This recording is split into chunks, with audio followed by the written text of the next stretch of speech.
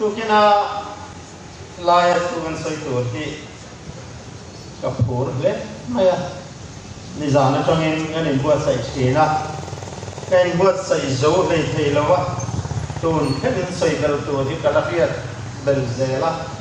kan soi rei tu kang ti te ko ka lawa amai ro so he anga ti ko kan tun don dia ni zana him noa kan lo thena helaya kan ho tu ten kan pu la min lo nong songa zan freong tak phát nuaya pavot lo sor nuaya min lo dan sana wangin lom to kan soya ten ei lein tur tuinai tak min lo buat saya to gin khangin buat takin minen kol ti kan pia kan loma ariana nuam tak min lo buat sai sak poka kan lom poka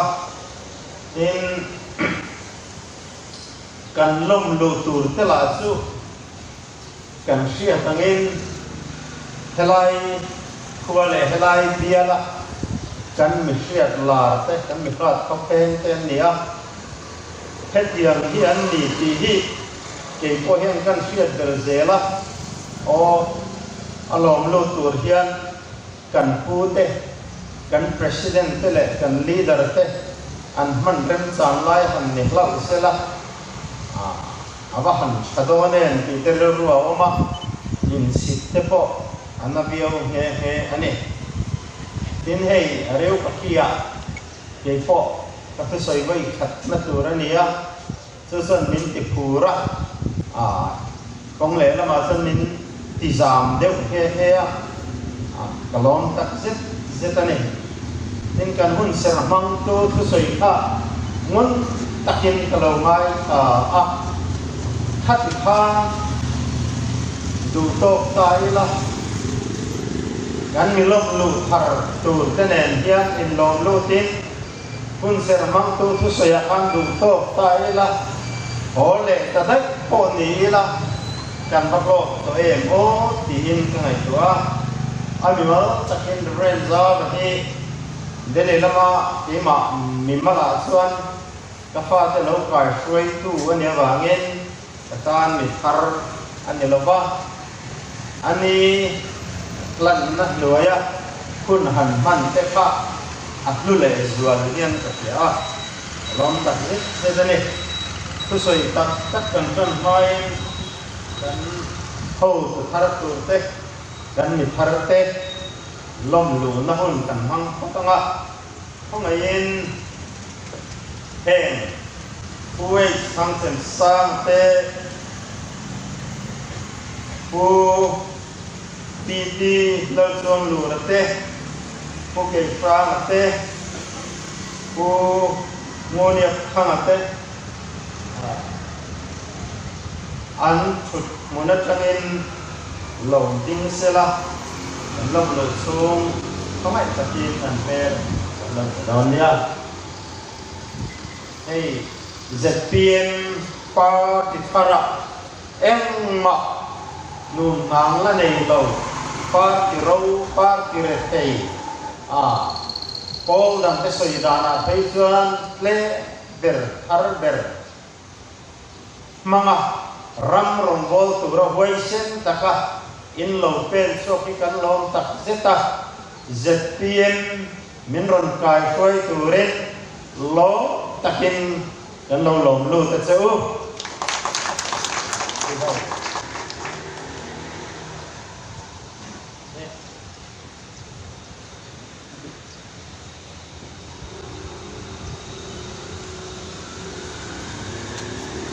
ne Lai district ZPM suai tu te an pakom kan itak seta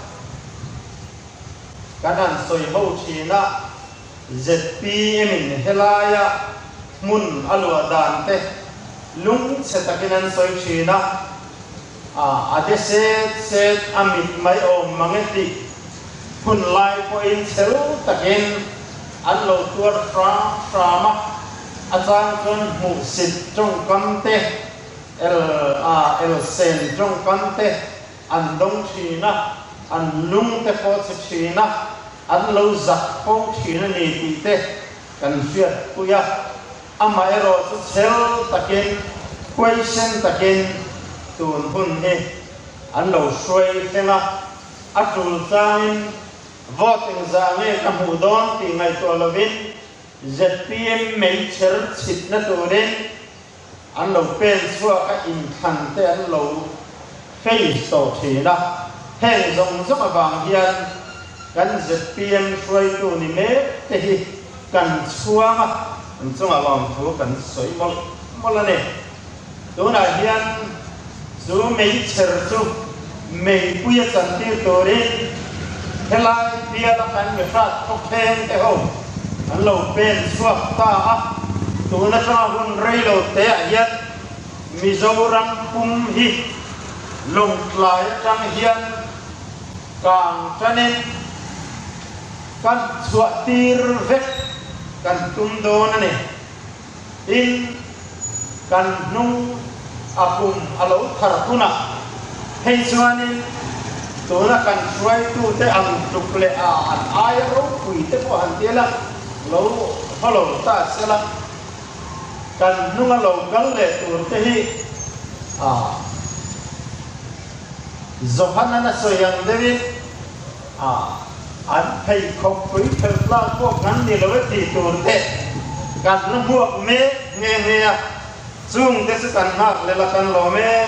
em này hey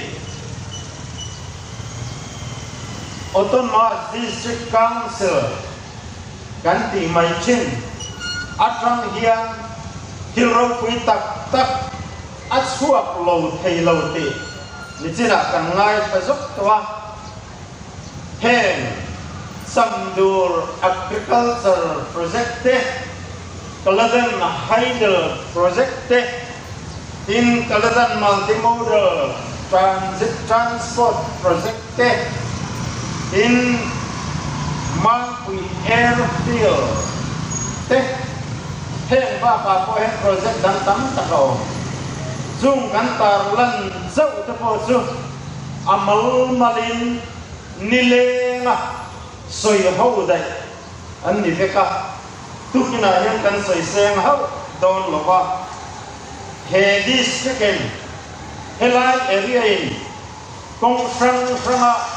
agriculture te development te hil dang potential ane te hi haider tur chuan sual femo at femo ngai di helam reng me engat tinge kan sarkar masa tikhan hetiam rampung tana eile bara bu zentling kan lo ram sia thia kan lo mot thuk san thei enga tinge state ko na chana hatin vai be se thum don lai senga electric kan pol luwa kan ran chunga kan man sen lo olsam takam siam thei koladan hainel project te kan muthil san tất thầy bốc xì đây dệt biên chuẩn mặc ấp em men chú vàng em sáng ni som ni pathuma chuan mi pui te zara le pathian zara dệt biên hiền sarkar na sang ngei tura kan be sia mi pui te po hiền sumi tan son min buat sai le ni poin kan ngaya chu tiang chu lo lo ting ngaya ni chuan ZPM sarkar din huna chuan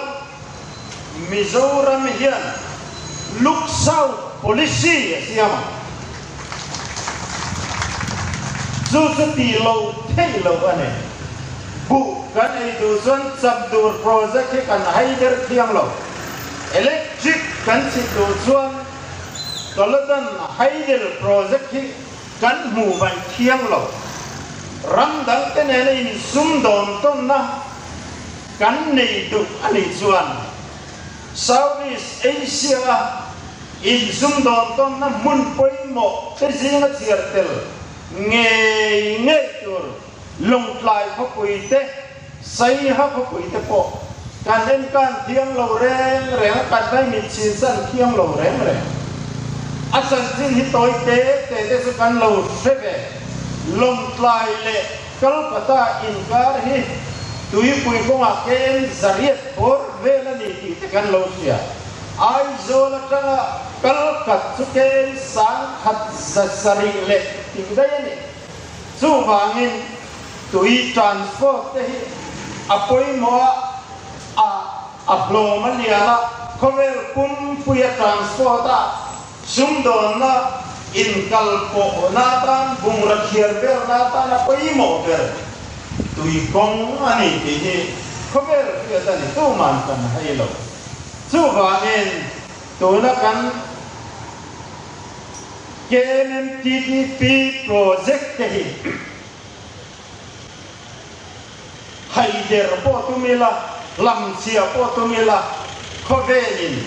apallo reng India in apallo reng Southeast Asia in apallo reng suti sunga aram nei tu set sarkar tena hetiang mai maya kan lam sia hi amma kan tian suwangen ZPM sarkar hi mi puiten an hak lela anak lel ber tur district po lai district ini kan sia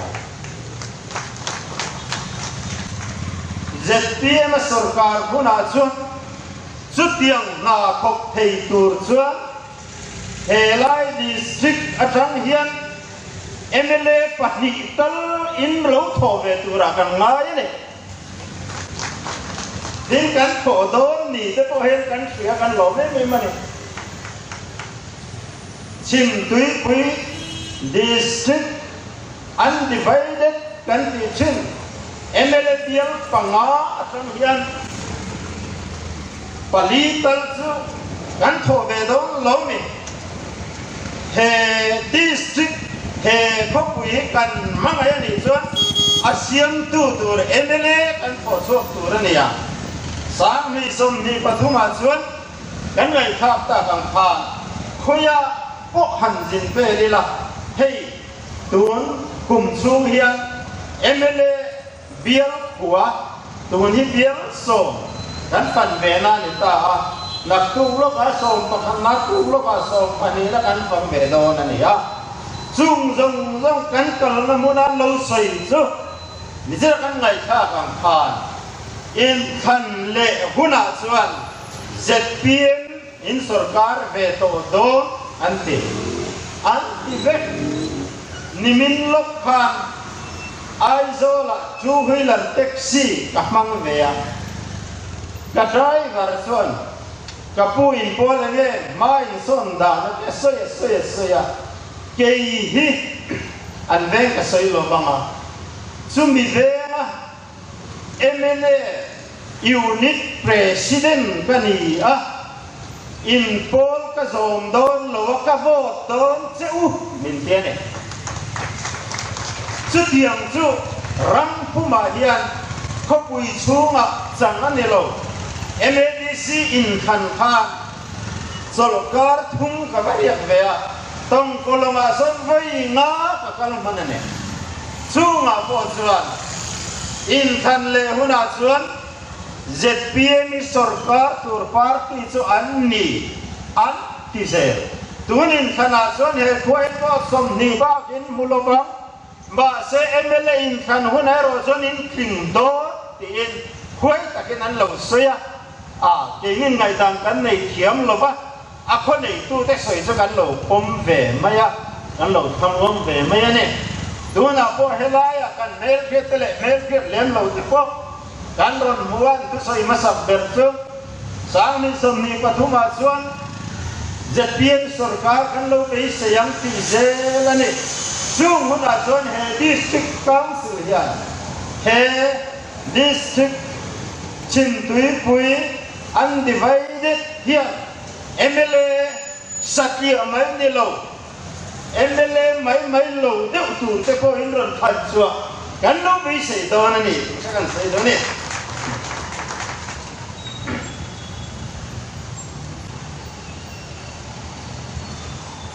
hey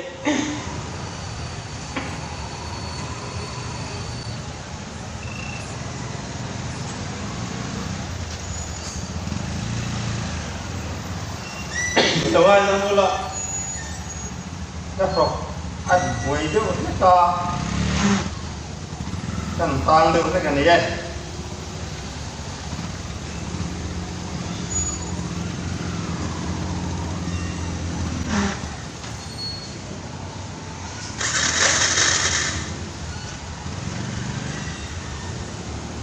Doon kung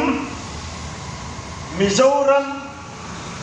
election bauruak hian kum dang ang lo ta hin dang lam na mak tak ania in khan nga lel ber tu chu political party te nilavin neutral te suniang male neutral te zinga ko nga lel le zuala noma chu te sarkar na thok te hian political party anron tuita tinani lo anron me kan mani en ko tu sarkar kal phungan en hian aya trahine tianin beisei tlat ani mai sarkar na thok te chuan na an thoka thapum an tho nuwa lo an la china ne an tho lo hi a hun bi te a tun ma chuan an la china ne tun ai ro chuan kan sarkar na thok te du thu sam chu a huna lo kan la thei e mang chu mo a hun atanga ni som ral mai lo kan la thei e mang chu mo di te kha an be sei na sa chuna ni to engat tinge tun ma zong zong e lo ahuna kan la thi na ni nga ya tu na ta ka kan la thei tam lo ma ni tho lo la thei du ra du thu sam ngai ta mi zo ra ma ya hei ayat le ma zia de sarkar min en kal thei tu ri kan du ani tin sarkar na thok te an rum ta ni tun ma chuan political party ten in fan an buat sayan hak lela an soi chin ani tun ai ro chuan sarkar fi sa han le na kan officer te kan thok tu te ko anin sun zo to big lo an lo soi mol mai ne lo le chuan tu ro lo ai re te ngai na to lo ai mang an ngai na to lo an ti ani autonomous district council te ko atak taka chuan athuthunga chuan rampil ril deu zo kam maso na chak zo kal pinata na rang ro in rel na in khai chon na ni amai ro chutuna chuan state sarkar in autonomous district council te hi sum siam na amang ver ta mai ane he amu turang council in sum amu thei to lo ba amu chun ang ta ko aduang ina mang thei to lo ba mason na project te ko district council ten anhan siam chida sumiti lo tin tur chuan state atangin support on thei lo chin ana chu wangin ZPM chuan mason nahi akila chama tho kandu ram riya chama mason nahi tho kandu atumpo kantum sumiyata na man ropoi mo chu VC te District Council te hian chu wangin se PM sarkar hei na tura hei to lo chua poi mo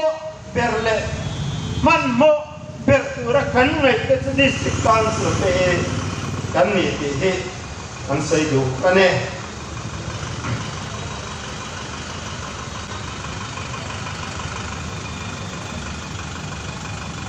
ale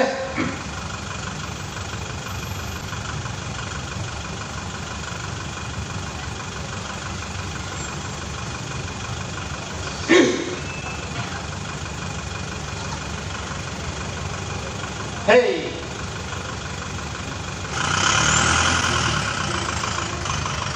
LADC te Autonomous District Council te hian rampum mit ala lo thei lo wa ala lo thei lo chan chu ni china kan ho tu ten an tar lan project lian pui te kha an ni a tu na hian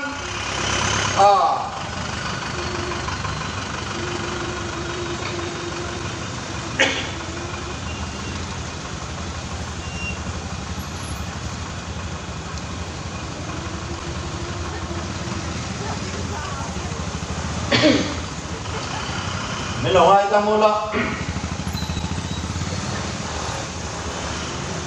Ipang te yan nahan ko bete ubuka ang harsa de usina niye ay zona kan ng lokala kung juanin kung puinge mo kan zo kung pui turo kan tiya kan mong nge kam kan chi po fiat le te lo ba chu tiang kok chuan kan kalpong te chu kan lir ko ni lo wa chuanin kan ron zuang kheng hi ni fem maya hetiang hi mi fing in kol dan tu re man chu te kan tiya tuangin mason nahi akai rol tu re tiya yan ZPM chu kan man dela kan man moe mane sumiata he district he amakoi tu sumdon hausak na lo lu na tur mai ni lovin athon chuana mun pui ko ani lo thei lo don ti alang rengane nakin lo ka chuan ai zol ko puite solam zong ho son solam district ho zong so helai hi kot chuatan mai ni lovin fe chuana mun puitan ko anon kan ron mang nge don ti achiang ane chuwangin ni puite hi thei to lo so turen ramtana ba lo la em hine he rama hian ro re tu re ta na kan du kal phung thar mizorama kal phung thar sarkar em tin ye lo din sual ti lo ngai tua ma lo toi tu ren kan sa mol du chuane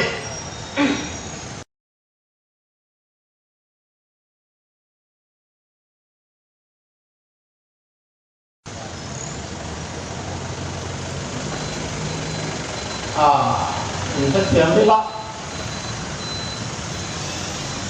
mày tầm căn điểm lắm lẽ mà thì trong thì mong rồi mấy tôi vào nghe để căn cột tối mấy tiền rồi tôi có mà sẽ luôn nè các tới thì lầu tốt lắm mày ZPM testimony toite asang kum natan soikan tumanga ay nanfiya tangin ZPM su sang ne som pasari oga niso panga lo pianga kum khapot in mai ramro rel na in khan pui kan masana dichuan mi puiten gal kung thar mi pui sarkar dai sia bangin ai zon khopuya chuan bial ruka ne na temen han te pe mosa ai zon khopui pon lama bial nia ne na mian han te tel khoka bial ria sa ne na kan han sang ve kota chim tui pui ti chika te kan laron pe chuak thaman lova chunga bang chuan helama chuan tungna bul kan tan chovel do sabane amai ro chu tuna hei mithar dom tak tak te gan politician lun te an lo pen chuak ta rampum che mal tham chim lam changa mei pui lo chuak hi solam ma lam poi na an na pa ania chu chu lo theng don ta ni ten kan fia kan lo me e mane chuan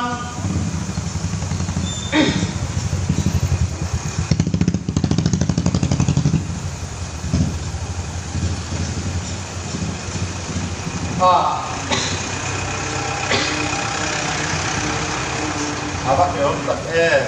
so itu kama te lune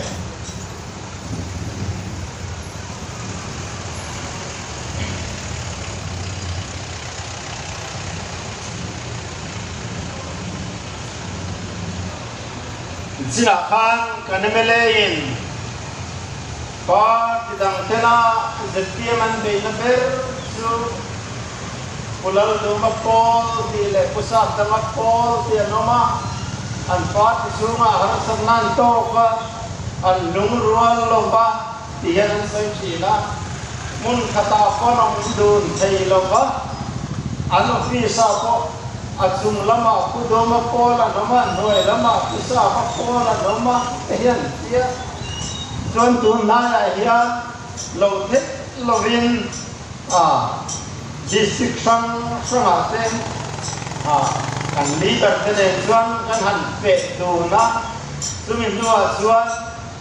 anin ngei lo lu to ba mi pui la ka in ngei angai lan tiran to ban pe do na ang tile se la eng tin nge mo kan om do no mi sai sel na pum pel to mi zo ha ta kan ki mai maya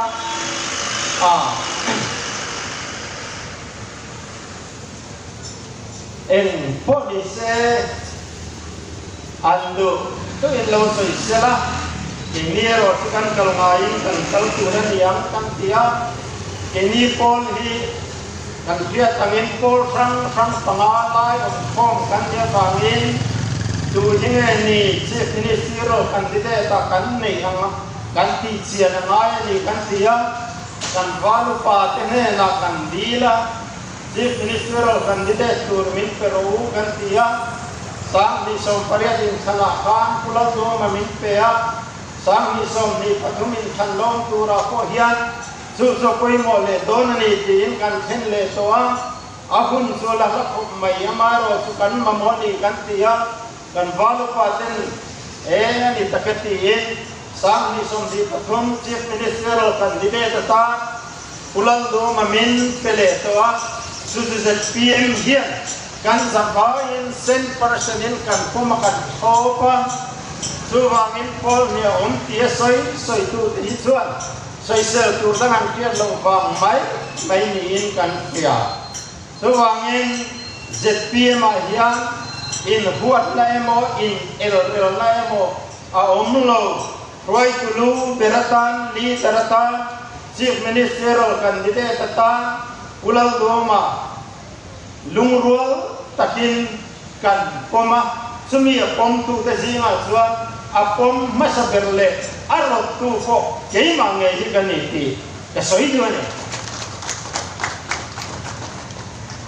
chuwangin chutiam thon tin lo fele ani poin khongai takin lo ngai kamai ayola man lo te ti ka kan soi non le do ne tin tum maya hian min beidan si thar alo suang le ta a sang ni som ni pathuma chuan kan tang rol dona zetpien nen yan kan tang rol dona chuwangin party in som kherangai lo tin pa pichen patin an mi le sa te ui be na tan zetpien ne tang rol tur leo takin an lo in soi le to ti te kan ria khoi kan ti kho maya zetpien party hian sang ni som ni pathum me le in kan huna hian eng party nen ma tho ho ala rel lo re nga rel po atum bok khek lowa zetpien langin Mizoram puma sarkar sak tak din atuma sumiltan sona in buat sai he to kena hian hoi akin kan soi bok ane sumi puna tan suan nia helai biala tang poin helai district tang poin alo bera pani tal su ron tho ve nge tura kan ngaya hual rup te poi kan ni deu ni kan sia kan hual rup te po rampung hua bin mi don tak ten ni in kan sia kan lo me emani ai zo ko pui chunga le mun da po longlei district te hun dang district te po ZPM hi ani candidate MLA ta na candidate to mihing khatak tak mithar rampu mena bel tharan ho dor hi thanen tak kan nei ve to ke mani part chunga po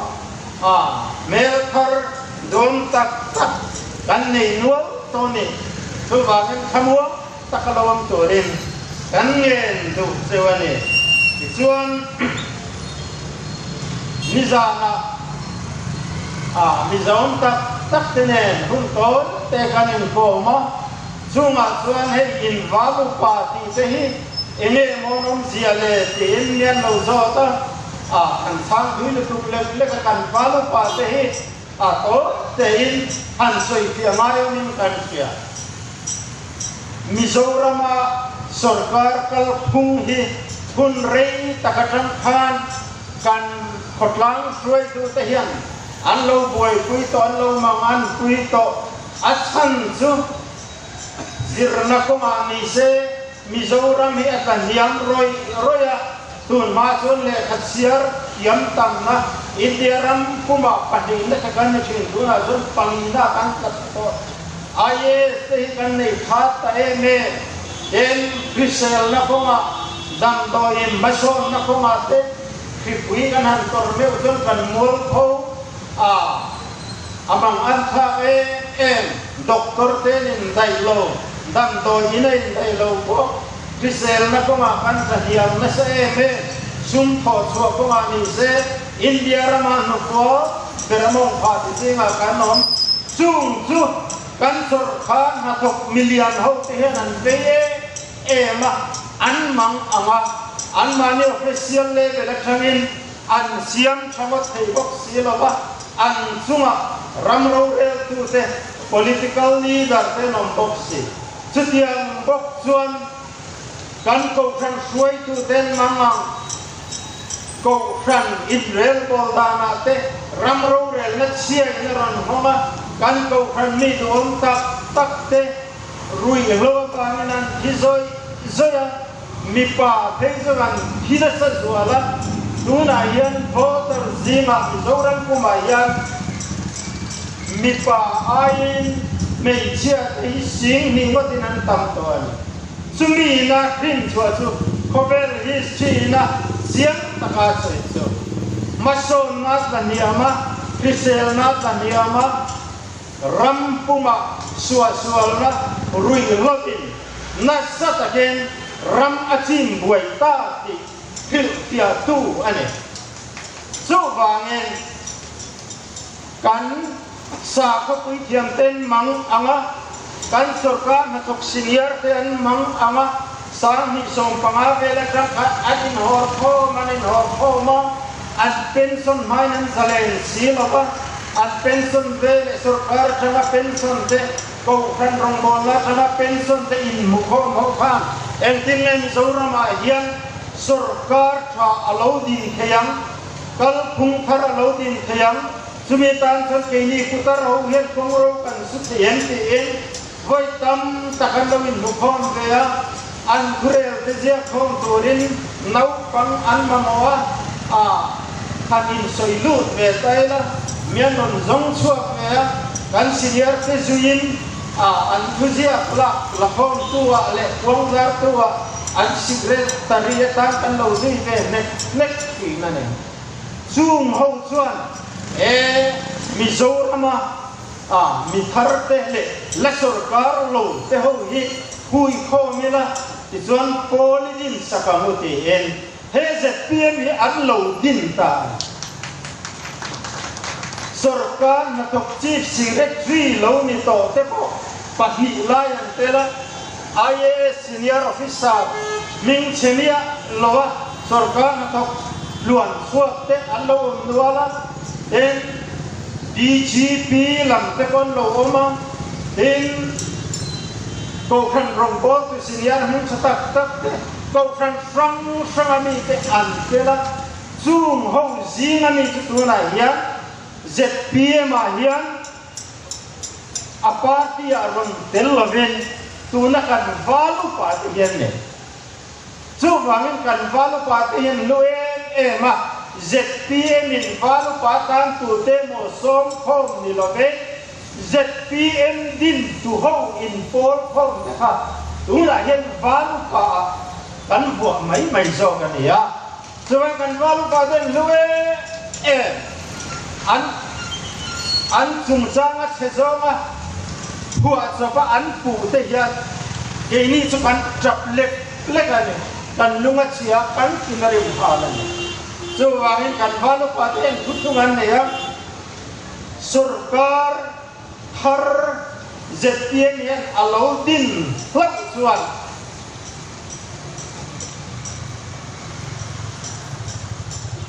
keini valu pate hian